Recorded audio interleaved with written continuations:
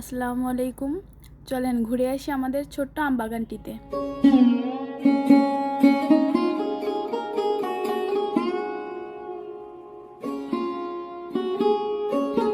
আমি একটু ঢং করে আমের সাথে পোজ নিচ্ছিলাম।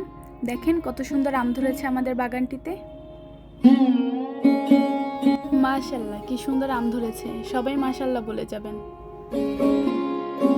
দেখতে দেখতে মনে হলো একটু আম ভর্তা খাই। চলেন আম পেড়ে নিই।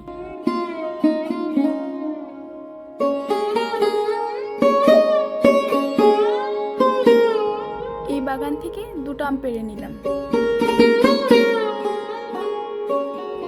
আমাদের বাড়ির সামনে বড় একটা আম গাছ আছে, ওখান থেকে কিছু আম পেড়ে নিলাম আমরা গ্রামীণ পদ্ধতিতে। সাথে আপনাদের ভাইয়া আমাকে হেল্প করলো। এখন আমগুলো তুলে নেব পানি থেকে। চলুন এবার আম ভর্তা বানাই। আমগুলো ছিলে নিলাম, তারপর একটু ধুয়ে নিলাম, তারপর কুচি কুচি করে একদম কুচি কুচি করে কেটে নিব। তারপর আমার কাটা শেষ হয়ে গেলে এর ভিতরে একটু জিভে জল এসে গেল, জাস্ট আমি একটা কামড় দিলাম। ওয়াও, এত টেস্টি! শুকনো মরিচ, তেঁতুল, চিনি আর হালকা একটু লবণ নিলাম, নিয়ে সবগুলো ভালো করে মেখে নিলাম।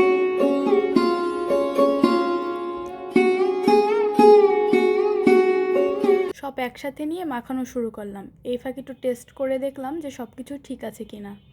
ওয়াও, অনেক মজা, অনেক। এরপর আপনাদের ভাইয়া খাওয়ার জন্য হাত বাড়িয়ে দিল। চলুন দেখি তার এক্সপ্রেশনটা। আপনাদের ভাইয়া মজা পেয়ে পুরো বলটা নিয়ে খাওয়া শুরু করলো। দেখেন কিভাবে খাচ্ছে।